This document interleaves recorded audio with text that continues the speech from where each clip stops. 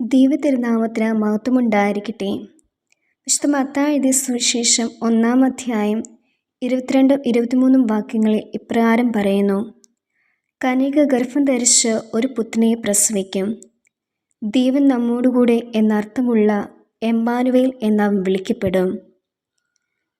ദൈവൻ നമ്മോടൊപ്പം എന്ന അനുഭവമാണ് ക്രിസ്മസ്.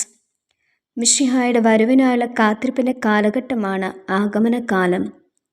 അതായത് ദൈവം നമ്മോടുകൂടെ എന്ന അനുഭവത്തിനായുള്ള തയ്യാറെടുപ്പ്.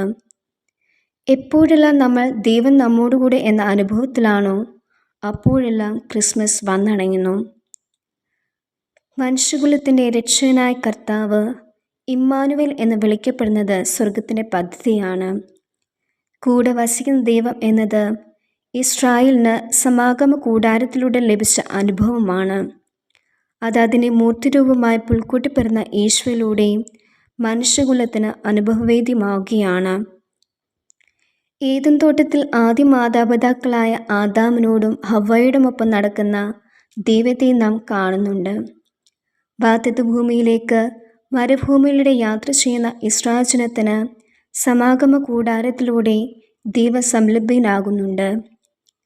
തൻ്റെ ജനനത്തിൽ മാത്രമല്ല, ജീവിതകാലം മുഴുവനും ചുറ്റുമുള്ളവരിലേക്ക് ദൈവം കൂടെയുണ്ടെന്ന അനുഭവം പകർന്നു നൽകിയവനാണ് ക്രിസ്തു. അതായിരുന്നു ക്രിസ്തുവിൻ്റെ സുവിശേഷം. സുവിശേഷത്തിലൂടെ കാണാൻ ഇടയാകുന്ന അടയാളങ്ങളും അത്ഭുതങ്ങളുമെല്ലാം ദൈവം കൂടെയുണ്ടെന്ന് എന്നതിൻ്റെ നേർസാക്ഷ്യമാണ്. അന്ധനായ മനുഷ്യനും നായിമിലെ വിധവയും മഗ്ദലേന മറിയവും സക്കേവൂസും രക്തസ്രാവക്കാരി സ്ത്രീയുമെല്ലാം ദൈവം നമ്മോട് കൂടെയുണ്ട് എന്ന അനുഭവം സ്വന്തമാക്കിയവരാണ്. അതുതന്നെയാണ് അവരുടെ ജീവിതത്തിലുണ്ടായ പരിവർത്തനങ്ങൾക്ക് അടിസ്ഥാനവും.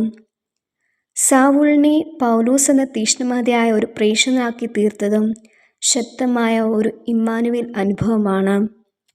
കുരിശിൽ എല്ലാം തകർന്നു മരിക്കുമ്പോഴും ദൈവം കൂടെയുണ്ടായിരുന്നു. ഉയർത്തെഴുന്നേറ്റതും ശിഷ്യുടെ മനസ്സ് നിറഞ്ഞതും അപ്പം ഭക്ഷിച്ചപ്പോൾ പങ്കിട്ടതുമെല്ലാം ഈ എമ്മാനുവേൽ അനുഭവം തന്നെ. വെറുമൊരു മനുഷ്യനായി ഈശോ നമ്മുടൊത്ത് വസിക്കുകയല്ല ചെയ്തത്. മനുഷ്യരിലെ ഏറ്റവും എളിയവനായി അവൻ ജനിക്കുകയും വളരുകയും ചെയ്തു. അവൻ തന്നെ ശൂന്യനാക്കിക്കൊണ്ട് ദാസന രൂപം സ്വീകരിച്ചു എന്ന് പൗലോസ് ശ്ലീഹ ഫിലിപ്പിയർക്ക് എഴുതിയ ലേഖനം 2-ാം അധ്യായം 7-ാം വാക്യത്തിൽ പറയുന്നു. എല്ലാ അർത്ഥത്തിലും അവൻ ചെറിയവൻ്റെ ദൈവമായി. ദൈവം നമ്മോടുകൂടെ എന്നുള്ളത് അനന്തമായ ദൈവസ്നേഹത്തിൻ്റെ വാഗ്ദാനമാണ്. നിന്റെ ദൈവമായ കർത്താവ് നീ പോകുന്നിടത്തെല്ലാം നിന്നോടുകൂടി ഉണ്ടായിരിക്കുമെന്ന വാഗ്ദാനം ചെയ്തുകൊണ്ട് നമ്മുടെ ജീവിതത്തിൻ്റെ സന്തോഷത്തിലും ദുഃഖത്തിലും പ്രതിസന്ധിയിലുമെല്ലാം കൂടെയുണ്ടെന്ന് ഉറപ്പു നൽകുന്നു. ഇതാ ഞാൻ ലോകാവസാനത്തോളം നിങ്ങളോടുകൂടി ഉണ്ടായിരിക്കുമെന്ന വാഗ്ദാനം ചെയ്തുകൊണ്ട് ഇന്നും തൻ്റെ രക്ഷാകര സാന്നിധ്യം വിശുദ്ധ കൂദാശകളിലൂടെ നാം അനുഭവിക്കുന്നു. പരിശുദ്ധ കുർബാനയുടെ സവിശേഷ സാന്നിധ്യത്തിലൂടെയും മനുഷ്യരുടെ ഇടയിലെ ഈശ്വര വാസത്തെ അവൻ കൂടുതൽ ദൃഢതരവും ഊഷ്മളവുമാക്കുന്നു. നസ്രയത്തിൽ ആരംഭിച്ച് ഗലീലയിൽ പൂത്തുലഞ്ഞ് കാൽവരി പൂർത്തീകരിക്കപ്പെട്ട ലോക അതിർത്തികൾ വരെ നിറയുന്ന എമ്മാനുവേൽ അനുഭവം ക്രിസ്മസിൻ്റെ പൂർണ്ണരൂപം വെളിപ്പെടുത്തുന്നു. പുൽക്കൂട്ടിൽ ആരംഭിക്കുന്നതോ അവസാനിക്കുന്നതോ അല്ല എമ്മാനുവേൽ അനുഭവം. ഏദൻ തോട്ടത്തിൽ ആരംഭിച്ച് യുഗാന്തി വരെ നീണ്ടു നിൽക്കുന്ന ദൈവ സാന്നിധ്യമാണ്.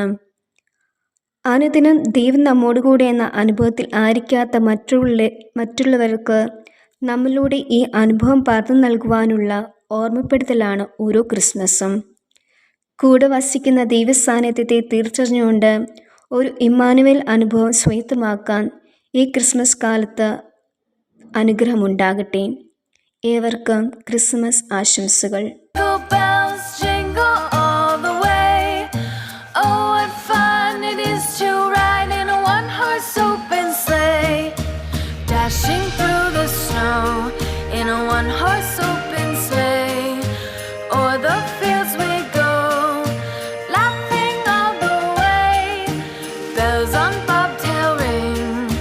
Making spirits bright, what fun it is to ride and sing a sleighing song.